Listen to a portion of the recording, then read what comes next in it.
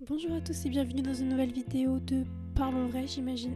C'est pas vraiment une vidéo avec un thème, mais ça faisait longtemps que j'en avais pas fait, donc me revoilà. J'ai toujours mon téléphone pourri comme vous pouvez le voir parce que genre y a un reflet.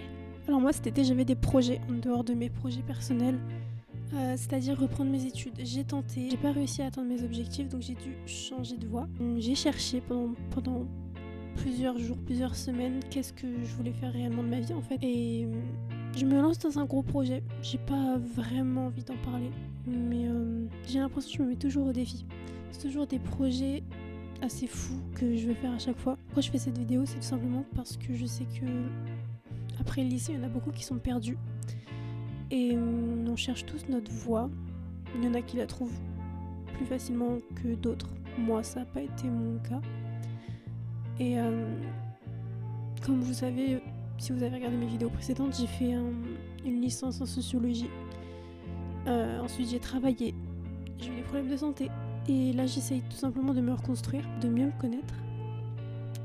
Et c'est pas tous les jours facile parce que quand j'ai eu mes problèmes de santé, pour moi, c'était un réel échec personnel. En sachant que j'avais réussi à être autonome à 21 ans. Et que du jour au lendemain, tout s'est effondré, ça a été un coup dur. J'ai vu aussi plusieurs TikTok de personnes qui disaient avoir des regrets à 23 ans ou à la vingtaine tout simplement. Et je me suis reconnue dedans, c'est-à-dire avoir commencé des études qui n'ont mené à rien, avoir dépensé de l'argent dans des projets qui sont tombés à l'eau et vouloir s'investir dans un projet qui n'est pas réalisable ou alors ne pas avoir de projet mais avoir l'envie de. Mais je pense que du moment qu'on avance, même si c'est un pas à la fois et même si on a l'impression que ça sert à rien parce que ça va s'effondrer, ça sert jamais à rien. Je pense que tout nous mène quelque part, même si on a l'impression d'avoir des regrets. Je pense que c'est juste une première étape pour la suite et c'est un peu les fondations de notre avenir, donc faut pas avoir de regrets sur nos choix passés. Du moment qu'on baisse pas les bras, je pense qu'on arrive toujours là où on doit être. Faut essayer de voir le positif, comme j'ai dit, c'est se dire que nos échecs c'est juste des leçons et en quelque sorte les fondations de ce qui viendra plus tard. Parce que peut-être que ce qui vous arrivera bien après pouvait pas arriver avant parce que vous étiez pas prêt, vous étiez pas apte à recevoir ça. Donc vous deviez passer par des épreuves avant d'en arriver là. J'aimerais bien vous parler un peu plus de mon projet personnel.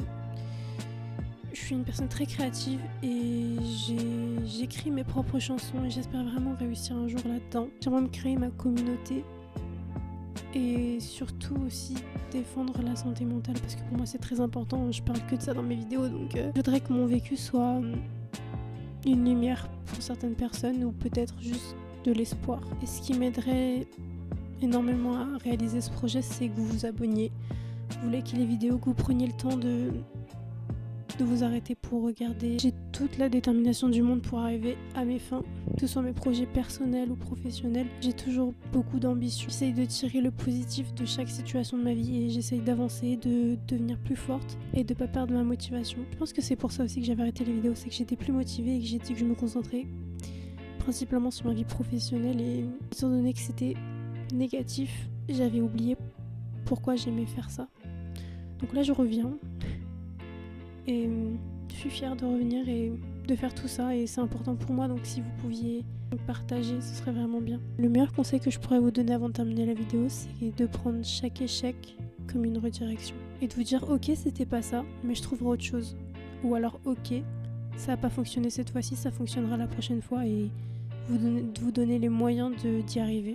Si vous voulez vraiment faire ça et que ça n'a pas fonctionné aujourd'hui, ça fonctionnera peut-être demain. Gardez espoir et s'il vous plaît, si vous pouviez vraiment prendre le temps de regarder mon contenu et de m'encourager. Le plus beau dans tout ça, c'est l'échange finalement. J'espère que cette vidéo vous a plu. Je vous invite en commentaire à parler de vos expériences. N'hésitez pas à liker, partager et à vous abonner. Vous pouvez me retrouver sur TikTok et sur Twitch. Mais Twitch, j'ai pas encore commencé les lives parce que j'ose pas tout simplement. On a tous peur de quelque chose. J'essaye d'être le plus vulnérable possible pour être authentique. Mais c'est pas facile tous les jours. Donc pour l'instant, je me suis pas lancée. Si ça vous tente que je fasse des lives sur Twitch, franchement, je le ferai. Mais pour l'instant, j'ai pas énormément de retours, même si j'en ai quelques-uns, ça fait toujours plaisir. Et la meilleure partie de tout ça, c'est vraiment échanger avec vous.